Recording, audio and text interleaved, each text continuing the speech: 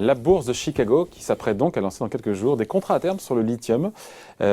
Pourquoi j'ai envie de dire signe étant? C'est parce que le lithium, on le sait, est un métal qui est très utilisé dans la conception des batteries qu'on retrouve notamment dans les voitures électriques. Bonjour Laurent. Bonjour David.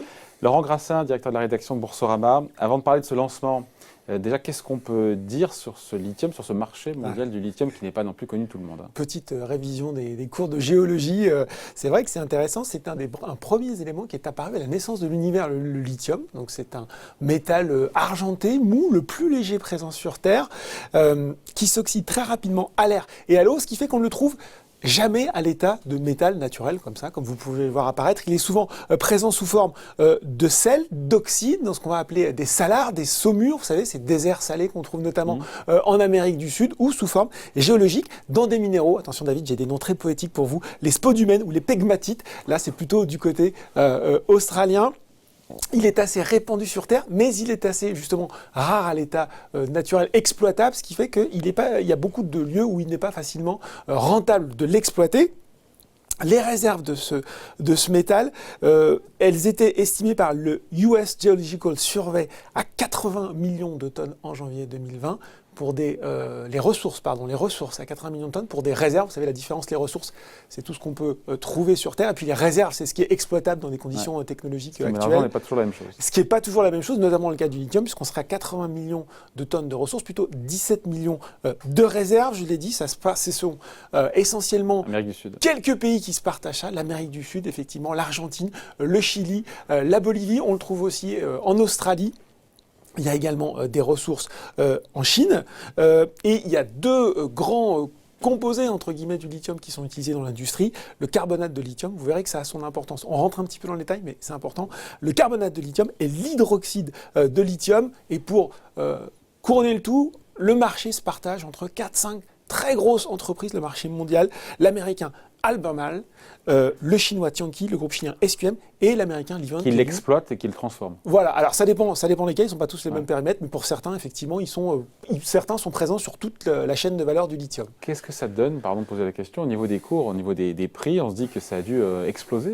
Alors, le cours du lithium est assez intéressant. On a eu une phase de très forte augmentation de 2014 à 2017 qui a plafonné en 2018. Et puis là, il y a eu un effondrement des prix, une baisse assez marquée des prix, notamment parce que finalement, on avait peut-être un petit peu surestimé à l'époque le développement de la voiture électrique, justement, et des besoins en lithium qu'elle impactait. Il y a eu aussi des surproductions de la part des groupes miniers. Donc, effondrement des prix, baisse marquée des prix de 2018 à 2020.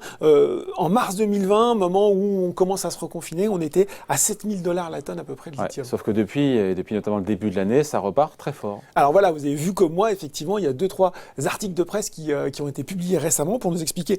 Il y a notamment le site de Northern Miner qui expliquait effectivement qu'en Chine, le prix du carbonate de lithium, utilisé notamment les batteries électriques, mais l'hydroxyde l'est aussi, a grimpé de 88% depuis janvier pour atteindre 12 600 $ la tonne. Donc effectivement, là, on voit bien qu'il y a un redémarrage. Il s'est même échangé à 13 400 $ la tonne pour certaines transactions.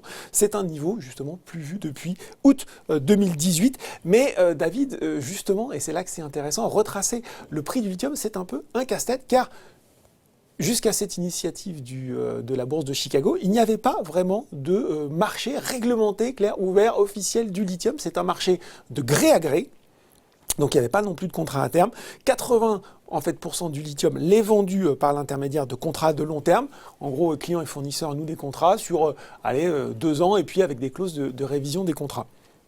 Et ça, jusqu'à présent, c'est plutôt l'avantage des producteurs qui ont un peu la main. Et comme il y avait un trou dans la raquette, on comprend mieux l'initiative pour le coup du Chicago Mercantile Exchange, la bourse des produits dérivés de Chicago, et donc de lancer ce contrat à terme sur ce futur, comme on dit, sur le lithium. Oui, exactement, contrat à terme qui va permettre aux industriels, notamment aux constructeurs automobiles, finalement de se couvrir, d'apporter une dose de transparence dans ce marché qui ne l'est pas tellement jusqu'à présent.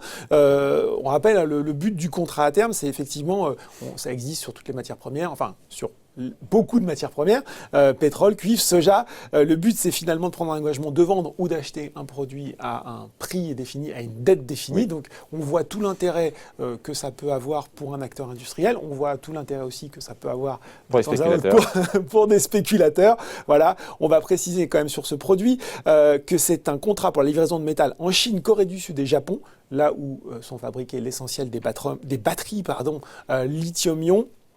Et puis que le début de cotation, il est prévu pour le 3 mai. Voilà, donc c'est imminent. Donc on comprend qu'au final, tout ça est destiné aux industriels, aux professionnels.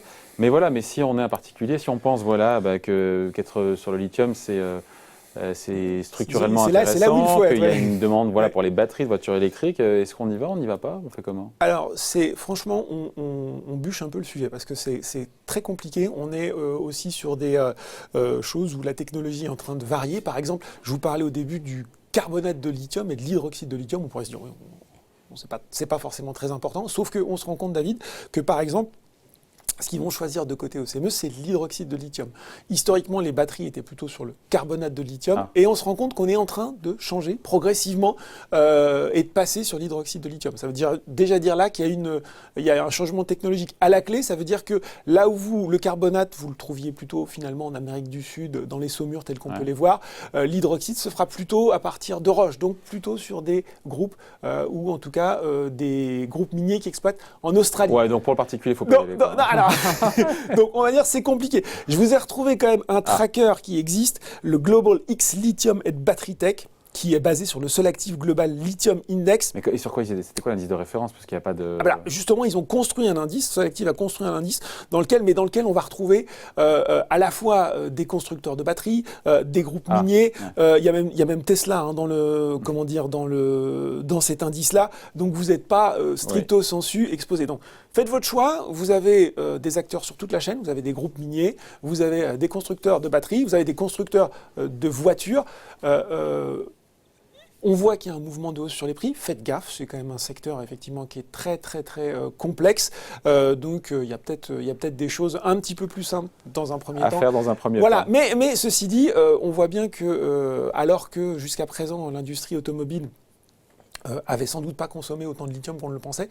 Il y a une vraie montée en puissance. On le voit bien.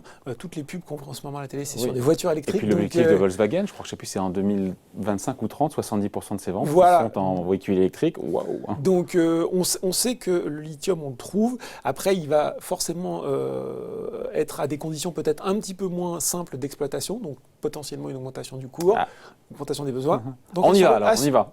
On surveille. On regarde ça. Voilà, on voulait parler de cette initiative que certains qualifieront d'exotique, mais qui est de moins en moins. Au contraire, c'est plutôt une normalisation. Voilà, c'est-à-dire que ça va être une matière première entre guillemets comme une autre, incontournable, et c'est normal de la réglementer, enfin pas de la réglementer, mais en tout cas de la rationaliser. Et de la standardiser, oui. Comme sait le faire la Bourse de Chicago. Merci Laurent. Merci David. Bonne journée, salut.